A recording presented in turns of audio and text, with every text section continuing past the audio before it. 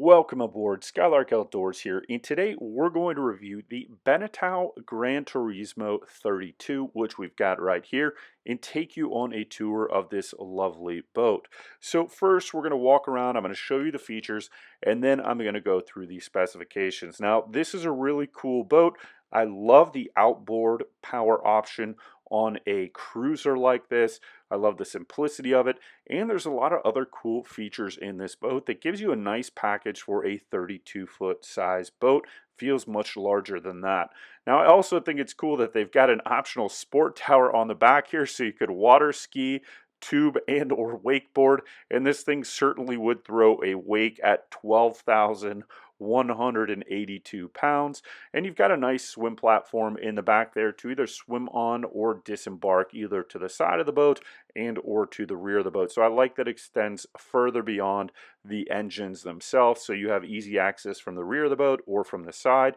You can see we've got a grill and a sink here, and then those fold down, so you've got a little bit of counter space.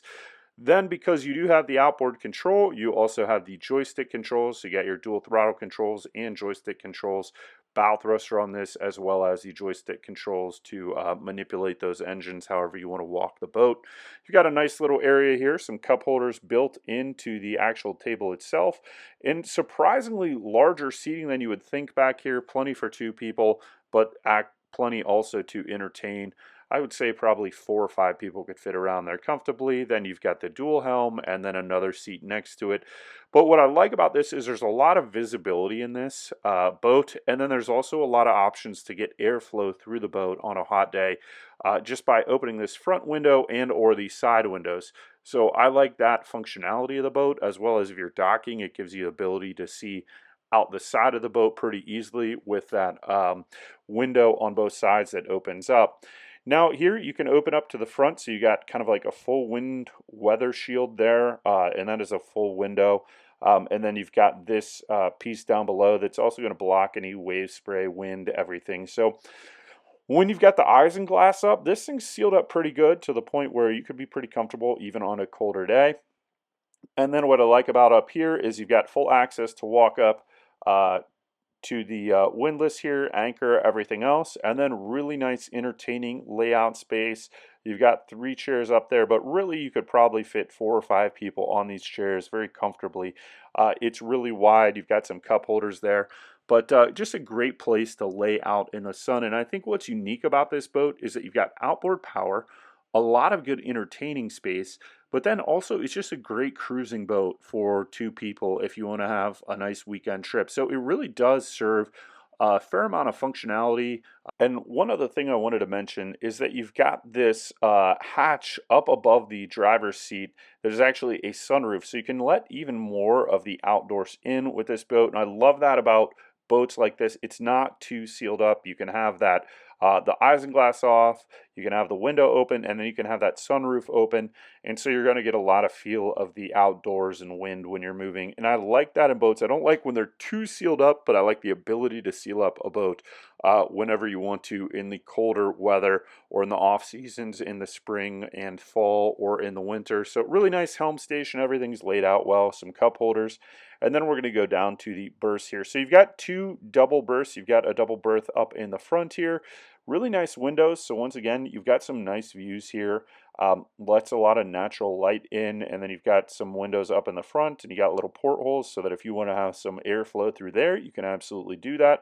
Of course, this has heating and cooling as well through like a heat pump style system or electrical heat, as well as heat pump for the cooling features of this. And then you've got your other berth down here, so I like that there's a door, so there is some privacy. If you've got kids, you could put them in this smaller berth, or guests. It is a little bit smaller in this back one, but plenty of space for 2 people. It's just a lower height because it goes underneath that main deck. And then right here you've got your head, shower, and everything that you need right there. So plenty of space for 2 people. It would definitely be tight on here with 4 people, but for a family with a kid or a couple of kids, I think you'd be just fine on this boat. And nice that you've got some privacy there with that rear bedroom. And then the head is actually really nice, outfitted, plenty of space in here. It's got nice accoutrements. It looks nice, designed well. And then you've got your shower. I love that they have a little seat. If you've ever tried taking a shower on a moving boat, just water and slippery and everything else, it's nice that they have that feature. So sometimes you just want to sit down. It's much easier. And then you also have some storage in there, which you really don't see too often in bathrooms. There's not a lot of storage, so they have those nice overhead cabinets. And then you walk up here. We've got just some circuit breakers and stuff down there. I think that's the charging and voltage monitors for the boat itself, and some more. It looks like that's your battery cutoff. So nice that they've got that included there. Really easily accessible locations from the inside, and you can see there's a little porthole to let some natural light down in that lower berth. But what I like about this boat is that you fit a lot of features into a 32-foot boat. So what you're going to get with that is you're going to have a boat that's much easier to handle with two people.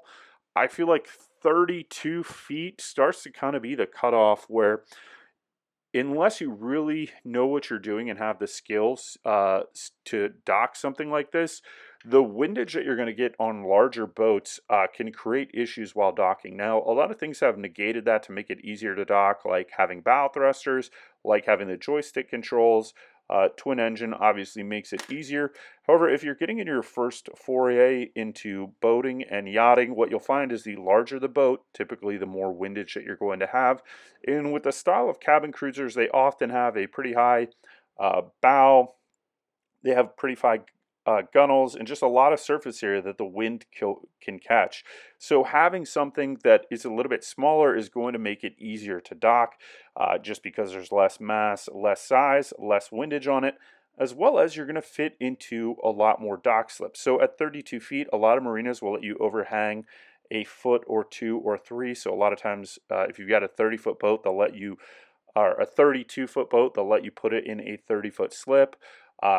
Even if the overall length is a little bit longer, just because the actual slip is usually longer, just like you could see in this particular slip, it's kind of angled there. So that means you could go in a 30-foot slip, you could go in a 35 or a 40, which gives you more options. Once you go in a 40-foot slip, you can't put a 40-foot boat into a 30-foot slip. It's going to stick out too far. But that sweet spot is right at, I would say, or under 33 feet, where most marinas will let you fit the boat in, or because of how the hull is shaped, you can pull it further in and further forwards. It just doesn't stick out as much. So I think that that is a really nice feature. Now, even though this is in that sweet spot of 32, 33 feet, it isn't really a towable boat for most people, because it's a European company, but they actually make a lot of these in the United States. However, they listed the measurement at 10-foot 12-inch beam, which would be 11 foot. So it's a very beamy boat.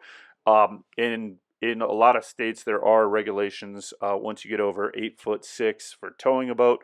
Some will let you tow 9'6". You need to look at your state, but an 11-foot wide boat is pretty wide, and a lot of times that's going to be considered a wide load. So you might be able to tow it a mile or two down the road, but towing this thing like from, let's say, Michigan to Florida would probably require some kind of professional transport, unless you're a very experienced person and know what you're doing, as well as have all the proper regulatory paperwork. So we're going to go through the specifications of this boat.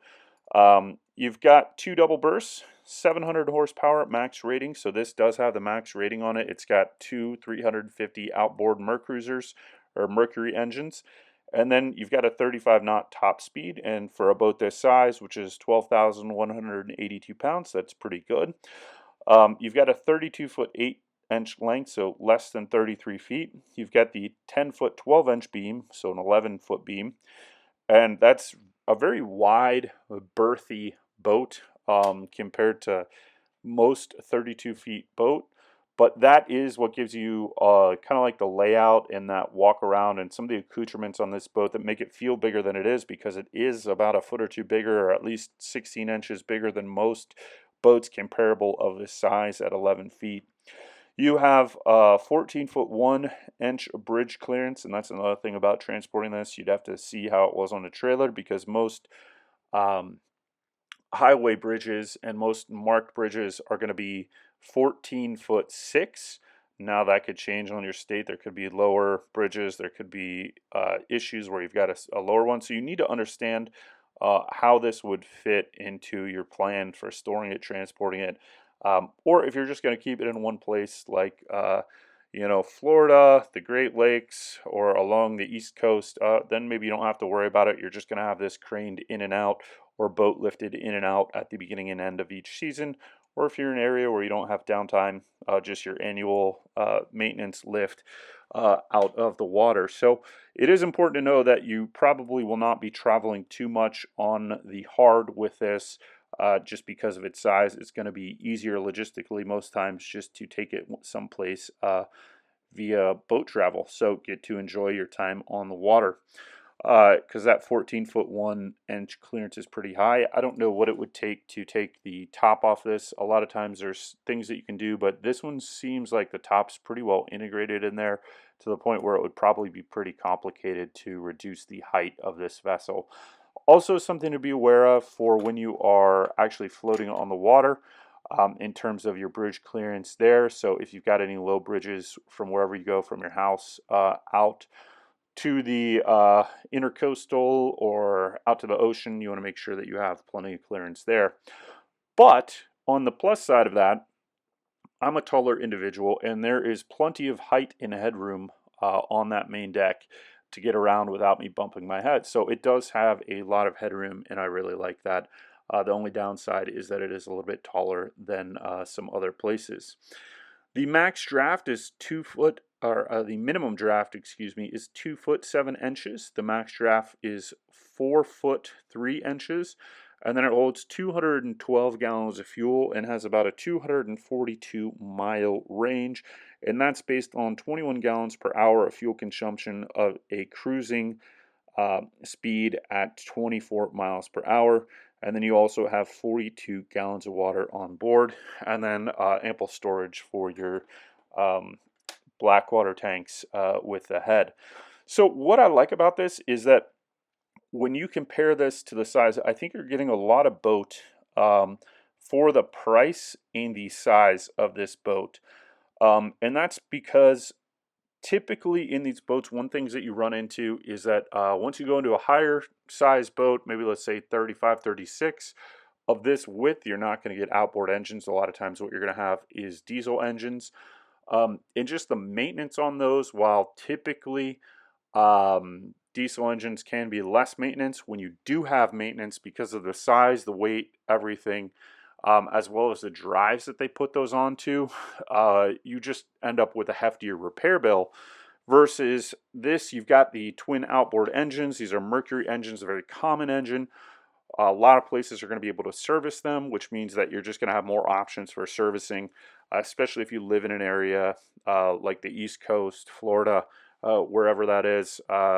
People would have a 350 horsepower engine on a pontoon, a bass boat. So people are going to be more familiar with this. And that's not to say people aren't familiar with, let's say, a Caterpillar or Volvo engine. It's just the service tech, a lot of times for those, is outsourced, where they're bringing in the dealer-specific engine repair. So if it's a Caterpillar engine, somebody from Caterpillar actually will come out and service that engine rather than, let's say, the Marina. They might need to call the Caterpillar guy. The same is true a lot of times for a Volvo. Versus this is a Mercury engine, one of the most prevalent engines in the world, or at least in the United States. So you're going to find a lot more serviceability. And if something went wrong, you could just pop the engine off the back, put a new Mercury engine on the other side, or both of them, and you're good to go.